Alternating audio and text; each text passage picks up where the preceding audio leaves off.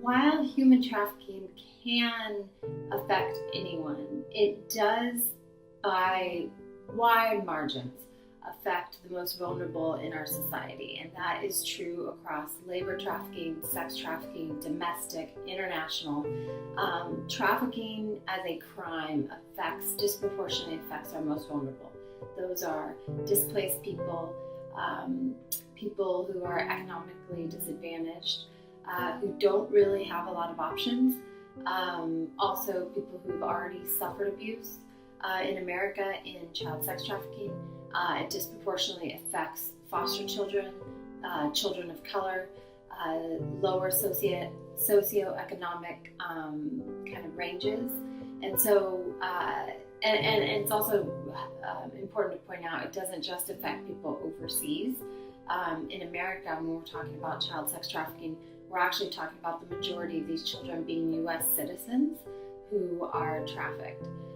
So it does happen all around the world. It does happen here at home, but it very clearly disproportionately affects those who have usually already been exploited or are at a disadvantage. Not only victims, but society is affected by trafficking.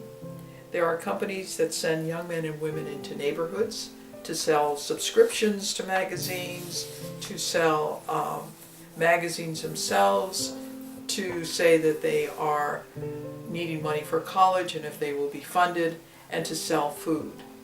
We pay for these consumable items, and so we contribute to the practice of labor trafficking. Those in affluent neighbors are most susceptible to these incursions of young people coming and asking for some sort of donations. Besides the victim and the survivor herself or himself, we are all affected. The family is affected, the neighborhood and the community.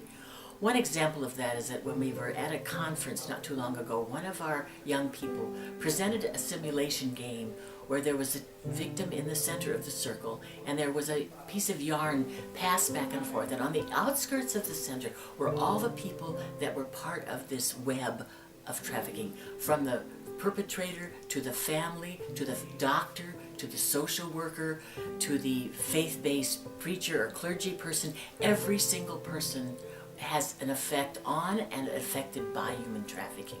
And so it is considered a very important social problem of today. Human trafficking affects everybody. It is a vice that is affecting everybody across all boundaries. It does not discriminate whether rich or poor, whether from a rich country or a poor country. For as long as you fall prey to the deceit of the traffickers, anyone can be trafficked. Human trafficking also takes across all sex. It can be a woman or a man, but majorly it is the girl child and the women. Why? Because the girl child is vulnerable, we are looking for a better future, and also these are used as they are taken into commercial sex working. The age of human trafficking in Uganda, for example, anybody between the age of 5, 7, within the country it has been noted. People at home locally use girls at the age of 7, between 7 and 15, as housemaids, what you would call a nanny. This girl is supposed to be at school, but she has been brought to this home as a caretaker of the other little ones. So it starts as early as 7 years and up to around 45 years. Whereas across borders, you find that it is above the age of 18. These are people who are able to go and do extra work in another country, or further still, if it is a lady, she's very capable of being used as a sexual worker. Sometimes when we talk about trafficking, we don't realize the ripple effects of trafficking on a community.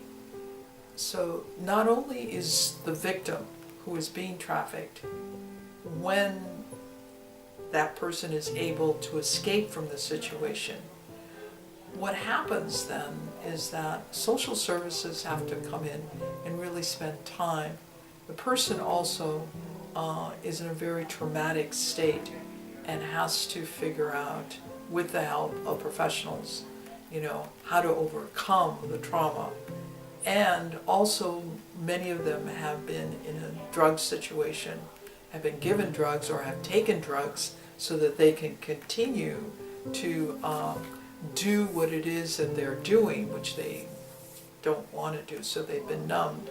So now you have not only psychological but also drug effects that have to be taken care of.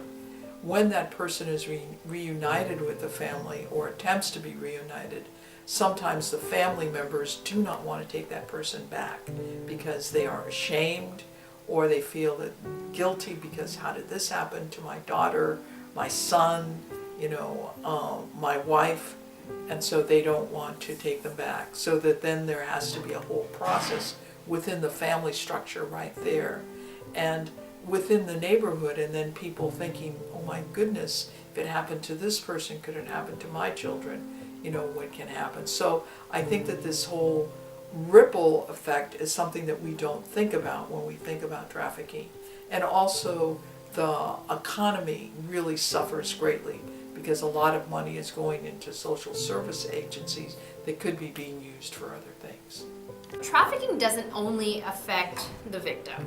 It affects our community at large, and that's why we should all be invested in stopping this crime.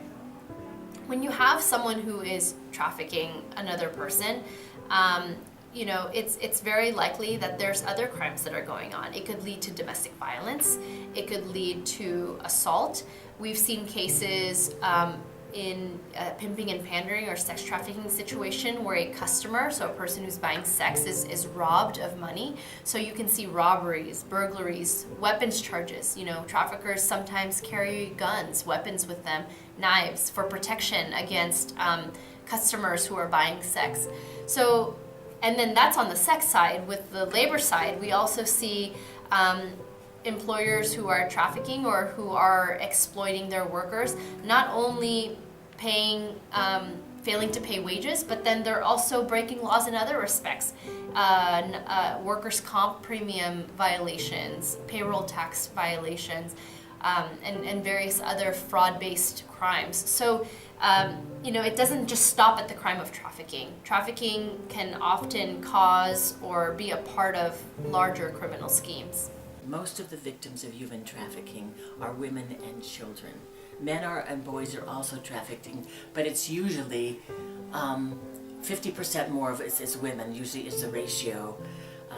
There are 100,000 children are trafficked in the United States each year, and most of the victims trafficked happen to be U.S. citizens. Over 50% to 70%, I've heard, are U.S. citizens. Trafficking will affect every ethnic group, every economic group, every age group. What is sad is that many young people, especially teenagers, are affected because of the use of the internet. And many of them are succumbed after a perpetrator may what they call groom them for a whole year before the perpetrator acts upon actually human traffics a person. Runaways, foster children, anyone who comes from a situation that is very abusive or unhappy may end up being a victim of trafficking. Within 48 hours after a young person has run away, a trafficker will have contacted them. And it is, again, very sad and very heartbreaking, but it's something that we can really work on with our young people.